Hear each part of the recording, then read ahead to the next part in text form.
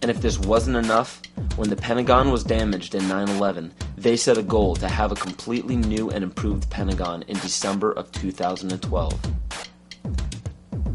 So Codex Alimentarius goes into effect at the end of 2009, which gives it 3 years for the Codex regulations on food to create billions of preventable diseases and deaths. When citizens of every nation are dying of starvation and diseases and fear for their lives because of global warming and major catastrophes, they will do what the public has been proven to do in times of great peril. They will beg for their government to step in and do something. How are they going to get you to join the new economy? They're going to say, we have a solution. You see, one of the tricks of the Illuminati is they create a problem and then they provide the solution when you beg them to.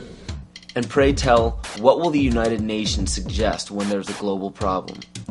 They will demand a global government, a new world order, exactly as the Maya, Hopi, Kali Yuga, and many other pagan civilizations prophesized. By 2012, the Kyoto Treaty, Agenda 21, Codex Alimentarius, and the new Pentagon will be fully operational to enforce a new world order. And the new world religion is obvious.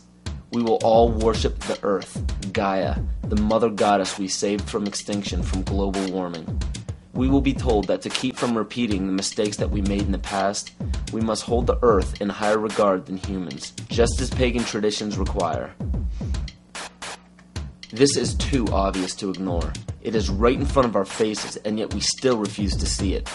I guarantee you that by 2012 there will be a World War III, but it will not be between nations. It will be us and them. They know this.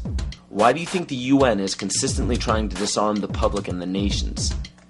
They don't want us to be capable of fighting back.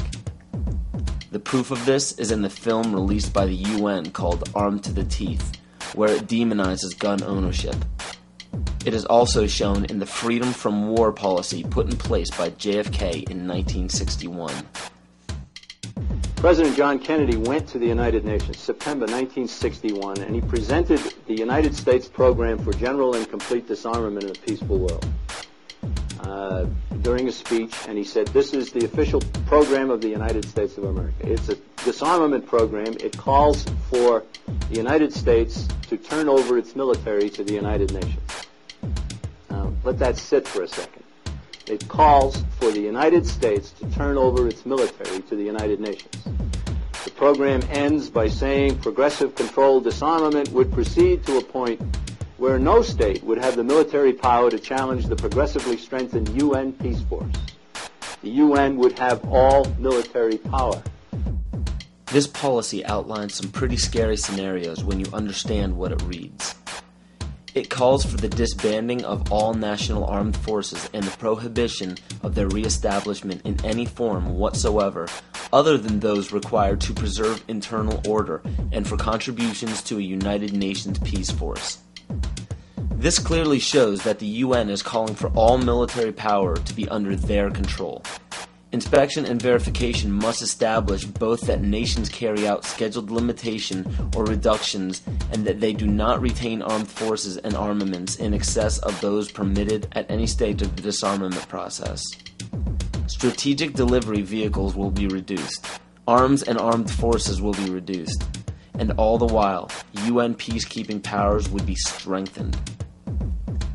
A UN Peace Observation Group would be available to investigate any situation which might constitute a threat to or a breach of the peace. Establishing of a permanent international peace force within the United Nations, and depending on the findings of an experts commission, a halt in the production of chemical, bacteriological, and radiological weapons, and a reduction of the existing stocks or their conversion to peaceful uses. Peaceful uses of biological, chemical, and radiological weapons? Do you see how they are perverting the word peace and making this policy sound unilaterally good? There is no other way to read this publication. It clearly states that all nations will hand over their military forces to a global United Nations military.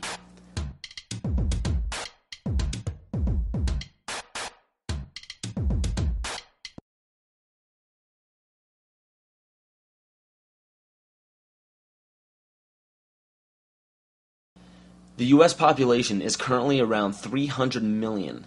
The national debt is currently around 10 trillion. So the current debt, when divvied among the American people, comes out to approximately $33,000 and has been growing at a national rate of $1.46 billion a day since 2006. Now with electronic banking, wire transfers, and credit cards, people have less physical custody of their money. As of right now, the amount of money in circulation is not able to cover the national debt. This was carefully planned since the inception of the Federal Reserve Bank. And the next planned step by the elite is already in play. George Bush signed a bill implementing the North American Union. President Bush signed a formal agreement that will end the United States as we know it.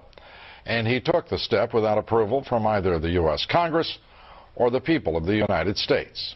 I think one thing people who are dollar-based need to focus on is the Amero. That's the one thing that nobody's talking about, but I think is going to have a big impact on everybody's life in Canada, the U.S., and Mexico. The Amero is the proposed new currency for the North American community, which is being developed right now between Canada, the U.S., and Mexico to make a borderless community, much like the EU, and the dollar, Canadian dollar, U.S. dollar, and the Mexican peso replaced by the Amero.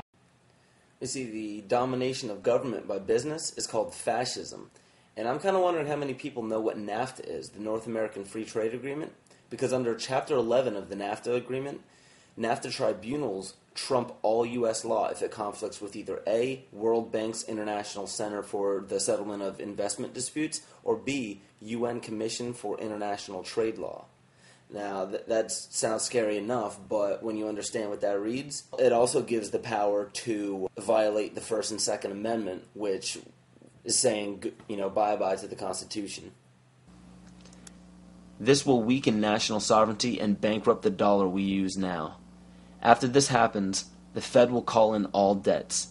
When the debts cannot be repaid by the people, assets will be seized. And by this, I mean absolutely everything you own, including your property, your home, your vehicle, your furniture, and the clothes on your back. This plan is already in progress. And when it takes place, you will literally be owned by the Federal Reserve Bank.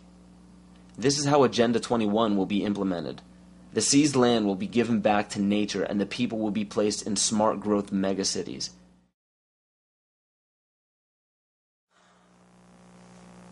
So what are we to do?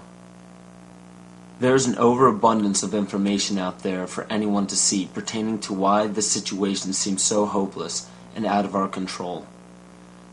But in all honesty, there is even more information out there about how to protect ourselves. The only problem we face is that most people don't know how to apply this information to their own lives, and rarely anybody takes the time to spell it out for us. There are many great teachers out there. Teachers who have dedicated their lives to protecting the people who need protecting the most. The teacher has the most difficult role in our society because nobody likes attaining true knowledge. True knowledge encompasses all aspects of existence, good and bad. Most others do not. Hearing true knowledge upsets people because it implies that we were wrong at one point in our lives. And another character flaw is our desire to apply absolute truths to unstable foundations in our life. When we do so, we build a structure that we hope will define us best when we're reaching the end of our life on earth. So everything we think we are, everything we tell others we are, everything we base our life-changing decisions off of, is all depending on a foundation that could crumble at any moment. And because we've been told our entire lives that there are certain guidelines and mores we must follow to be a decent human being, we deny everything that may pose a threat to our unstable foundation. This is why we despise true teachers.